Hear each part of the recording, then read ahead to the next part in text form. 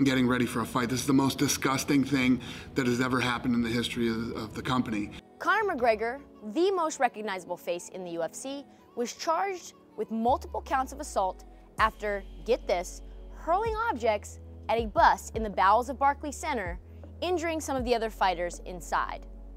We're here with John Morgan, who was at the media event being held at Barclays, to learn more.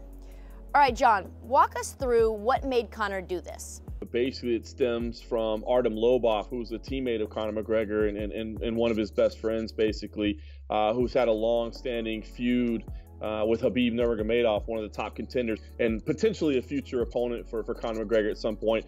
But earlier this week, man, that kind of long-standing rivalry kind of came to a head. They had a little bit of a interaction inside the host hotel here in Brooklyn, and basically a lot of Khabib Nurmagomedov's team surrounded Artem Lobov and was like, "Listen, don't bring us up anymore. Keep our name out of your mouth."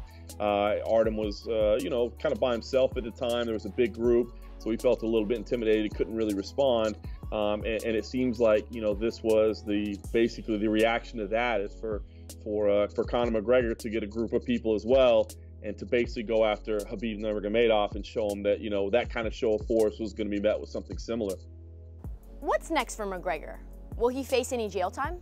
I don't know. Now, again, I'm a mixed martial arts journalist. I'm not going to pretend that I'm some type of legal expert, but I mean, listen, you did have two fighters that received physical harm. So, I mean, I imagine that falls under assault, right? I mean, the breaking glass, did cause some cuts. And I got to think there'll be some financial penalties for that. I mean, think about the purses that they were scheduled to make that they can't make anymore. They spent money on training camp. They were ready to come in and make a paycheck, and they won't get that paycheck now. So, I think there will definitely be some civil liabilities. As far as actual jail time, I don't know. It seems a bit much. Last question. Do you think Conor fights again in the UFC?